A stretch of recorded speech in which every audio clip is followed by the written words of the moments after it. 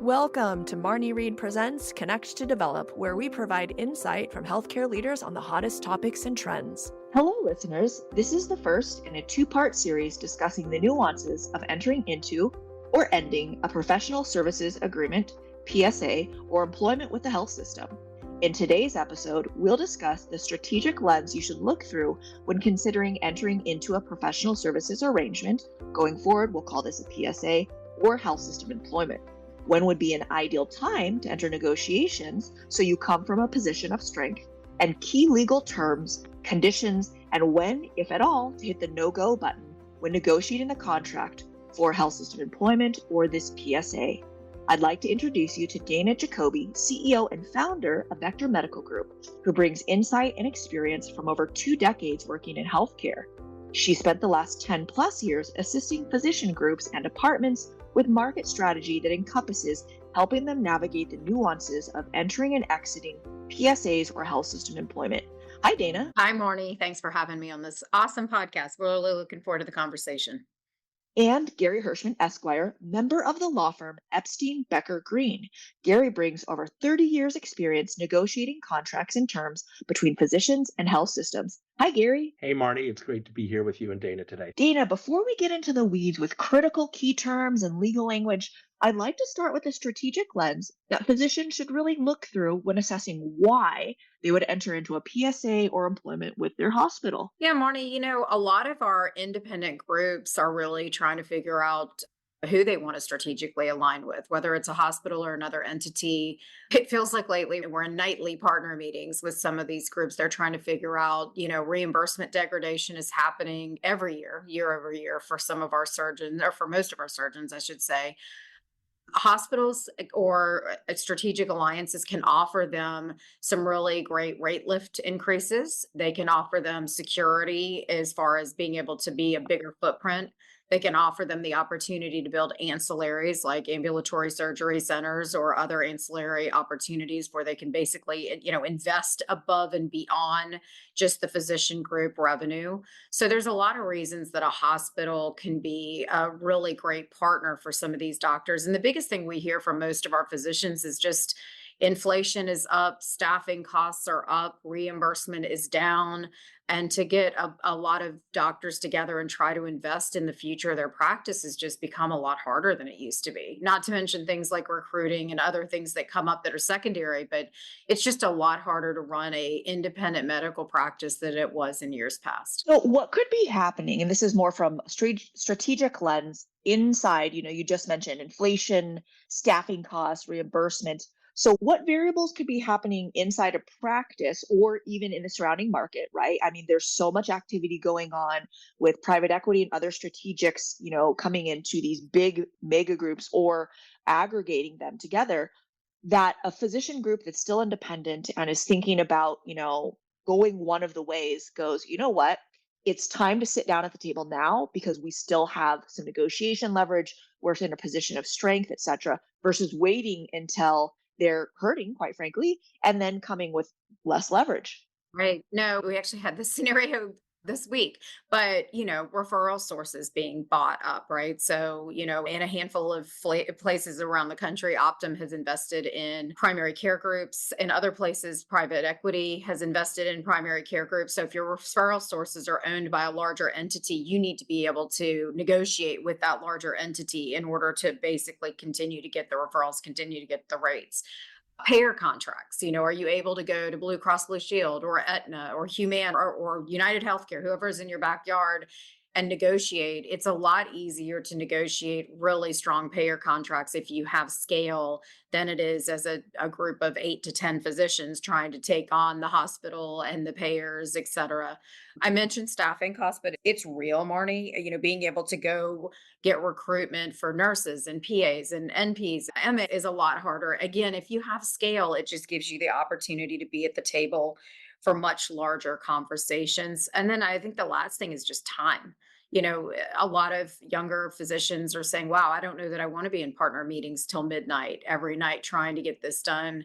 little things that are not that didn't even used to exist in private practice. Cybersecurity. I mean, who thought that an independent group was going to need all of this IT stuff surrounding them? You can get economies of scale with a larger footprint that you just have a hard time getting with a smaller group of doctors. And lastly, as an independent group, you're now in the minority, not the majority, by a lot nationally. Most of our doctors are now employed, so if you're going to stay independent, you just have to be mindful you're playing against the stream, right? You're swimming upstream compared with your peers. So without breaking client privilege, some of the groups that I think there's a lot happening with transitions and mergers and stuff, they're super groups. I mean, we hear so many times from people, oh, we're the 800-pound gorilla in our market. We're fine.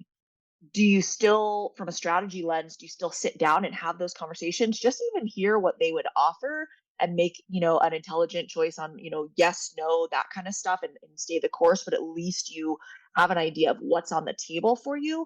Or, I mean, have you seen a situation where the 800-pound gorilla wakes up one day and goes, holy moly, we've now got to scramble to, get some kind of partnership for that scale that you just talked about? Yeah, all day, every day, Marnie. As a matter of fact, if a super group is thinking they're going to circumvent the changes in healthcare by being a single specialty super group, they obviously don't know what's happening or in their backyards. In other words, it doesn't make any sense. Even if you have scale in a single specialty, it doesn't mean that your referral sources all of a sudden are going to align with you. It also means you are reliant on the payers or on the reimbursement scenario for your specialty. Now, if you're a multi-specialty, large scale group, maybe so, but even then, we find things like culture clashes internally, leadership clashes. Who's going to run it? How much is everybody going to get paid? All the things that you deal with in an independent small group at scale become even harder. And so, not that the super groups aren't a way to get scale, but it's difficult. I mean, you're playing against really, really 8,000-pound gorillas. So if you're an 800-pound gorilla, you think you're big, you have all the challenges of a large system or large entity, and yet you don't have the strength of a multi-specialty unit that can turn and also have the contracts nationally. I mean, that's a big thing, whether it's supply chain or payer contracts or direct to employer contracts. It's just getting harder. And I'm not saying you can't be independent. I just think you need to be very mindful. There probably needs to be, even if you are independent, strategic alliance with health systems or larger entities, even bigger than yourself, in order to scale above and beyond your single specialty unit. What leverage remains in a private, independent group if they suddenly do decide they need to enter into, employment or a PSA? Still, Marnie, I mean, look, there's not enough doctors to replace the ones that are retiring. I mean, there still is a massive opportunity to get economies of scale over physician groups or over specialties. I mean, in other words, I'm speaking, it sounds like probably out of both sides of my mouth, but I think it's really interesting. Doctors still have a lot of strength and a lot of opportunity to negotiate. How long that'll last, I think, is the big question, right? I mean, they can't wait until they're on their last foot and basically realize that their reimbursement has gone down and everyone else around them has found a partner and they're the only single group in the country. That's not a strategy. So it's a constant ongoing strategy session to see who are the right people to align with, what actually, when is it a 1 + 1 = 10, and what kind of culture do they want to build for the future of their growth. There's some really great opportunities for partnership. Some of them can be strategic dotted lines. Some of them can be strengthening the marriage. Some of them can be basically an independent lens, but really allowing doctors the opportunity to look around their region. And I ask my clients to do this annually. In other words, if they're thinking about it, they really need to be mindful annually, whether it's in their partner retreat or an ongoing process, to look at what's happening around them and how to basically be at the table.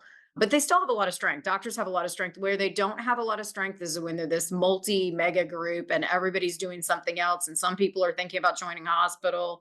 Some people are I mean, no, it's just everybody will tell you, hey, we're one tax ID number. And yet when you look under the hood of the car, there are the Articles of Confederation, not the Declaration of Independence.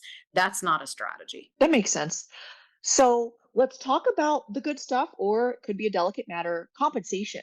Can you shed some light on the payment methods and other considerations to think about if you are an independent group and you're assessing, going into one of these arrangements or employment. Yeah, this could be a podcast unto itself, Marnie. I mean, there's so many different ways to look at the payment structure. And I think some of it is what is the comp structure that the group is already running. A lot of times we can grandfather that into a hospital or health system discussion. So that's the first piece is what, are they aligned behind their compensation structure now? Are they paid on work RVUs?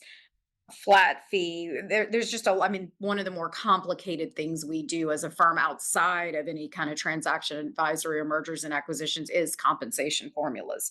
So I think they need to really think about what does that look like? What do their benefits look like? How does their malpractice work? I mean, and are they really focused on that? Do they have a set plan? I have a group right now that they're in flux on their compensation model and they're trying to negotiate a deal. Well, they're confused. I mean, they can't even go to the table with the hospital and talk about how their compensation structure works currently. So I think that's the biggest thing. The other thing, and Gary can talk about this, but how are they going to be measured on quality once the deal is done? What is the continuation of their benefits look like once the deal is done? There's a gradient scale of compensation that can change, or there's a lot of things that can stay the same depending on how stringent or how much the PSA language changes. But therein lies the rub why you need a very, very good attorney to have those conversations because the hospitals are going to have their own way of doing things. And the question is, how much independence can the group have underneath the hood of that umbrella to basically make sure that they can do it? So it really, it depends. The compensation piece can be as complex as the group wants to make it. But the one thing I would encourage them is to really have a very specific metric themselves as how they're getting measured and be able to make the case for why their comp structure needs to somewhat stay the same or can be in flux in these 2 or 3 years, but not the whole thing trying to change it once while they're going in because it just gets very confused. That makes sense. So, getting into protecting yourself or your group legally in these arrangements, Gary, can you share some of the legal items to address in negotiation? Yeah, so thanks. Thanks, Marty. So I think the key thing is there are some differences between a PSA and employment with a health system. So I'm going to talk about the top two issues I think really apply to both situations. And Dana spoke about compensation, which is extremely important. I think it's important to have annual CPI increases and if you're getting paid extra for call or other things to include that in your comp. But outside of compensation, restrictive covenants are the most important provision and also the term and ability to terminate. And the reason I say this is when you enter into a PSA or an employment agreement with a hospital, I think it's crucial that you plan for everything is looking great. I really want to do this. But what happens if things change 2 years from now, 7 years from now, whenever into the future?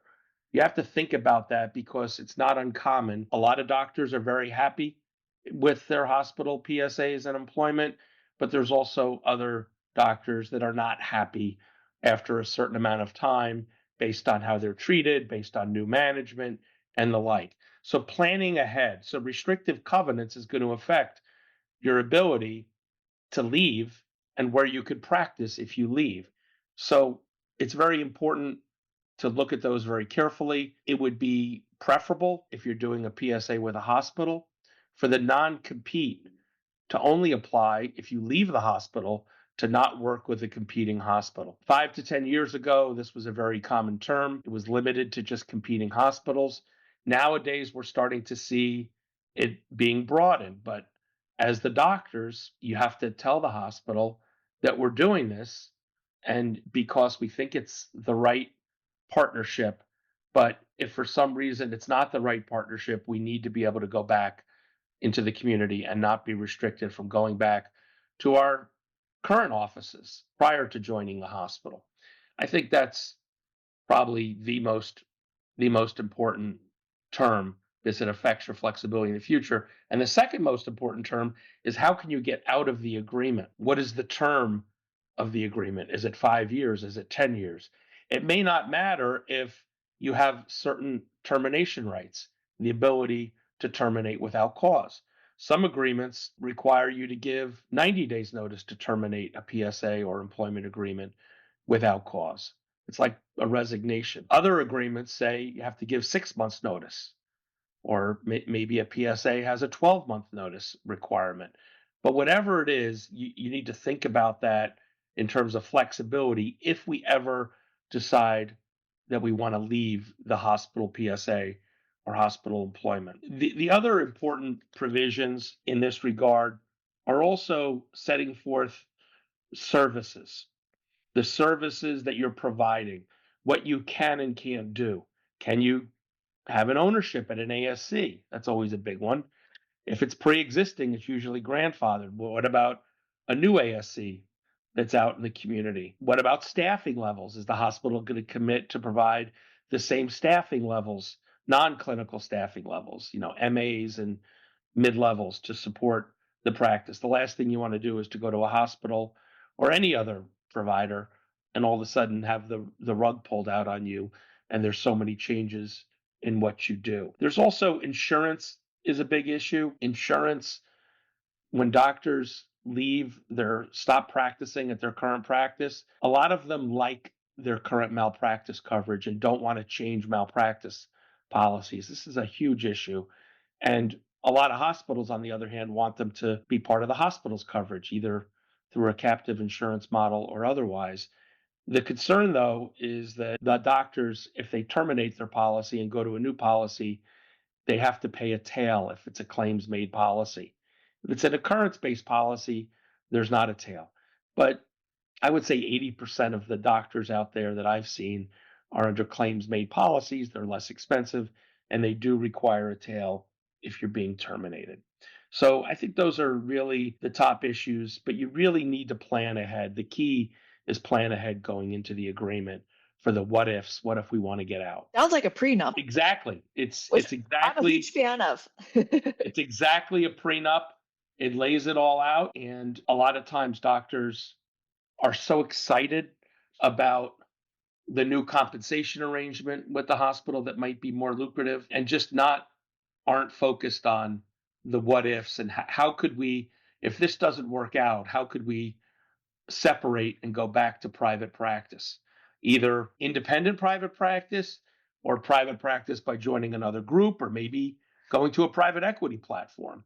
But those are the key issues, is the flexibility. So to that point of, really advocating for yourself and planning ahead and making sure that you're covered in various situations, I work a lot with residents and fellows, and oftentimes when they're especially going into an employment deal, what they hear is the contract and it can't be modified. So what's your experience with this? Well, as in any contract negotiation, it depends on each side's leverage.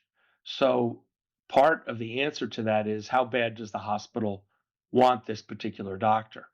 A lot of times they really want a particular doctor because they trained with them, they know them well.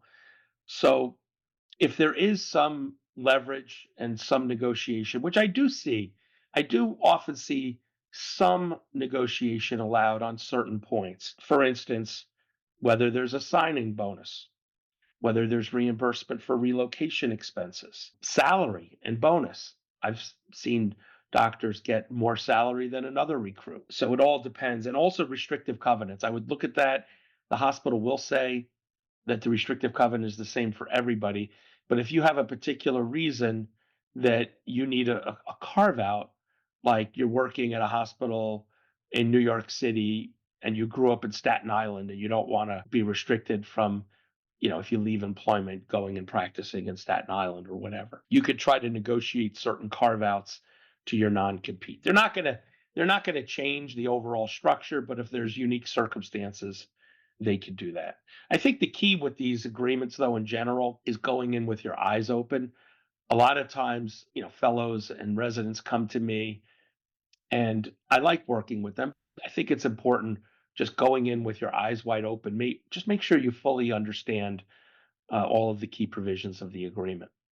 If I was a physician, I would have to sit down and remember that I have a lot of leverage and I need to advocate for things that, should things not work out, and let's be honest, how many times does hospital administration turn over, right, in the tenure of your employment?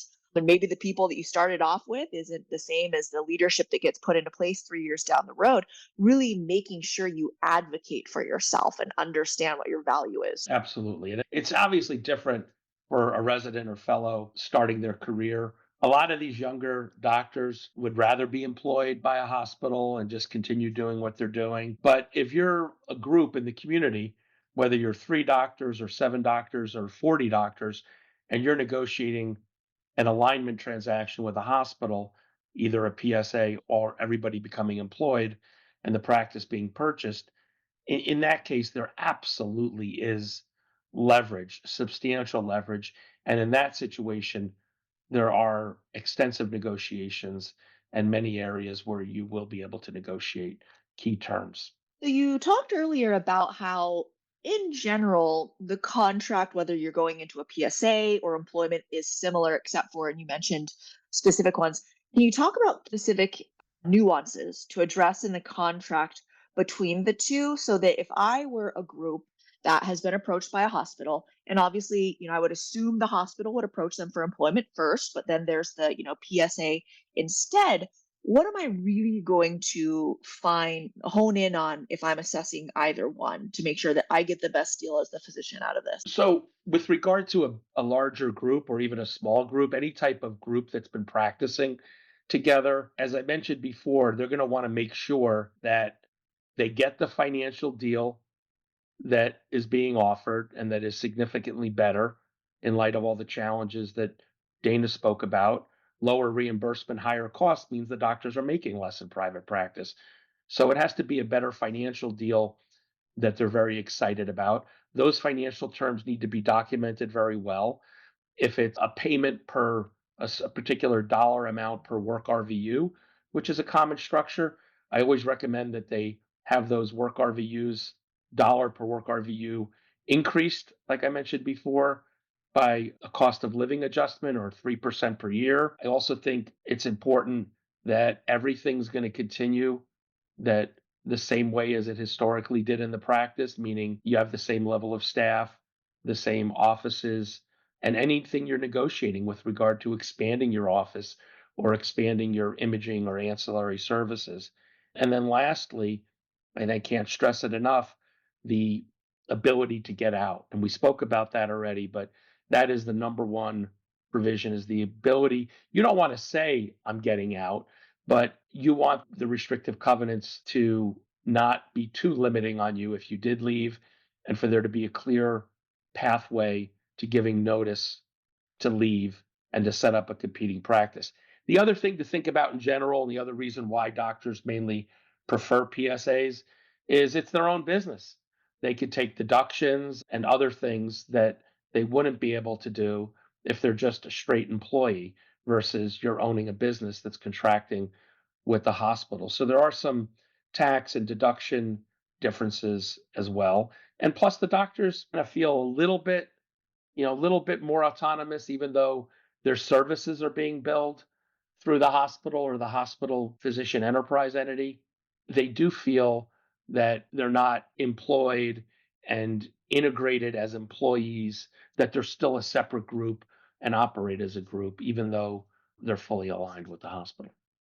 Could you share any experience that you have on if groups have successfully been able to write into the contract that future partners, as maybe even a recruiting tool, would have an opportunity to buy into some kind of ancillary, even if it doesn't exist at the time they sign with the hospital? Yeah, well, in a PSA agreement or in employment agreements, you could put in a provision that grandfathers in ASC ownership by future physicians, whether they be employed physicians or partner physicians, because that's very important. How else is the group going to be able to recruit surgeons nowadays if they're not going to have an opportunity to be an owner of the most important ancillary for a surgeon, which is an ambulatory surgery center?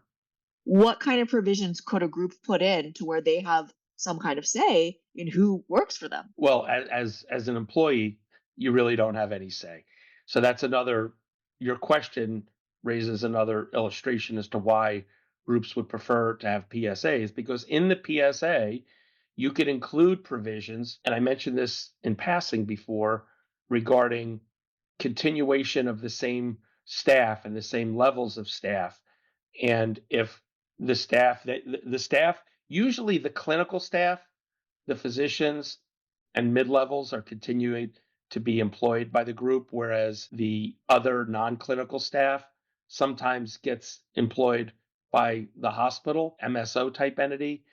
But in other cases, that those other non-clinical staff could be continue to be employed by the group and just have a pass through of that expense to the hospital. So keeping the employees, all the employees, is a way to have better autonomy, even though you're aligned with the hospital and all your services are billed through the hospital. And if for some reason those non-clinical employees in a PSA scenario are employed by the hospital or one of its, call it, management services affiliates, then it's important to have a provision that the staff have to be acceptable to the practice, and the practice could ask for staff to be replaced. And if certain staff is going to be terminated, you have to ask the practice for permission if they're longstanding staff. There's ways to work in controls along those lines, which would give the practice in a PSA scenario more autonomy. So again, it's all about the contract and what's in your contract. Dana, this is more on a strategy and leverage viewpoint. Does size, payer mix, reputation, ancillary service, or things like that help with leverage for the group when they come in? Gary talked a lot about, who has the best leverage or who even identifies that leverage. I'm sitting there as a private practice group, whether I'm a mid-size, small size, large size, and I'm going into these conversations. How could I know how much leverage I'm actually bringing based on, specific variables? I mean, the short answer, Marnie, is yes. Gary and I have a couple of scenarios right now, literally, where there's a couple things in the end zone that are a little bit more squishy than just you're on this side of the negotiation table and you're on this side of the negotiation table, and all of those things are coming into play to basically move the needle in the practice's favor. And I know we didn't really talk about this on the call, but it's interesting. A lot of our doctors will say, "Oh, I've known the hospital for 10 years or 15 years. I'm just going to go it alone. How hard can it be to negotiate this? We have a good relationship." It's really critical, aside from all of those qualities that you just mentioned, that yes, absolutely come into play. Having a representative or an advisor or a counsel on your side, it's just amazing to me. It professionalizes the negotiation quickly, that you're not just coming in to basically have a quick coffee or cocktail or meal and going to do this. You're going to actually go to the mat and in a nice way and basically go, "Hey, this is what we're bringing to the table." Sometimes the hospitals are not, it's like the person in your backyard, you just don't know, as you think you know them, and then you don't really look at the blades of grass level of detail. There's a lot of things that we can bring to the table that the group has that the hospital may just be glossing over. Culture, how do you measure that? Leadership, the ancillaries that you mentioned. Some of the hospitals aren't aware of the amount of opportunity to shift into those ancillaries.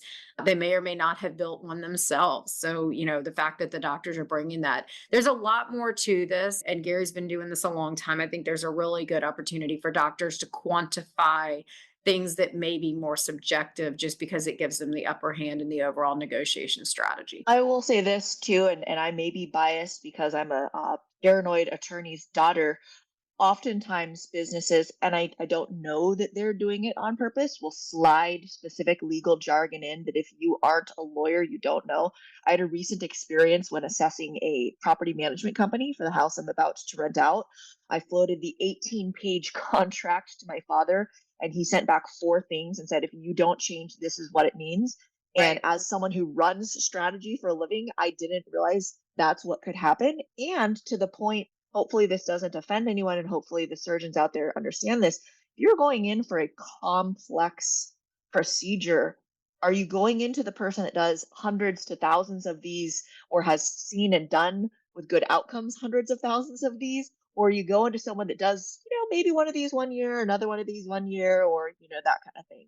Absolutely, Marnie. This is not your operating agreement divorce attorney. This is a specific attorney that knows how to manage the verbiage, understands things like restrictive covenants that, I mean, or non-competes. These are make or breaks for physician groups. And one of the things we're seeing with the newer PSAs is things are getting grandfathered in or are being renewed, auto renewals, like you would have in a service contract. So there's a lot of terminology that you need to look for, and it's a really qualified attorney space. To your point, you get one shot to do this and do this well. So don't want to do it over in the rearview mirror. You really want to have the right qualified advisor group at the table. Gary, would there ever be certain things happening in the negotiation where you would advise your clients, meaning the physicians, that this should be a no-go? Absolutely. I think there's two categories of no-go issues. The first is culture and trust. You shouldn't be going the next step and starting to negotiate a contract if you don't think the culture of the hospital is a culture that you're interested in working in, speaking to other doctors, do they like it? What's the good? What's the bad? A lot of time the doctors who are currently employed will, want more people to come in and say all the great things, but try to speak to people and get the truth is, hey, what's the worst part of this, of being employed there? Tell me what I'm going to learn after being there for 3 months or 2 years that it would be great for me to know up front. So understanding the culture and that it's a good fit for you, and also that there's trust in the hospital and that they treat doctors the right way. If you can't get over that hump, you should not even be pursuing term sheets or draft agreements. The second category of issues that I think are no-go issues are set forth a listing, whether it's 3 to 5 things thereabouts, that are the most important things to you. One of them might be compensation, one of them might be non-compete, all the other things we spoke about before, the ability to get out and your flexibility when you get out. And if those items can't be agreed upon up front, why waste all your time and effort? Why even engage an attorney or others if you can't get agreement on those most important things up front? So those are the two categories of issues I think are go, no go. Well, thank you, Dana and Gary. This has been extremely informative. For those of you who want to learn about what happens if you're currently in a PSA or employment and you need to exit, please tune in to the next episode in the series. Thanks, Dana and Gary. Thanks, Marnie. Thanks, Barney. If you'd like to request a complimentary town hall, either in person or via webinar with Dana and Gary to discuss employment or a PSA, please email info@vectormedicalgroup.com to schedule a time. For those who will attend this year's American Association of Hip and Knee Surgeons annual meeting, there's still time to register for the November 8th, 12:30 p.m. session at the upcoming 2024 annual AUKUS meeting. Remember to sign up specifically for the one titled Private Equity and Orthopedic Groups, latest updates, pros and cons, second bites, life after closing, and other strategic options. Check out the show notes for more information about this upcoming session. Thanks for listening to Connect to Develop. You can find more interviews and Marnie's Minutes on my YouTube channel at Marney Reid Presents.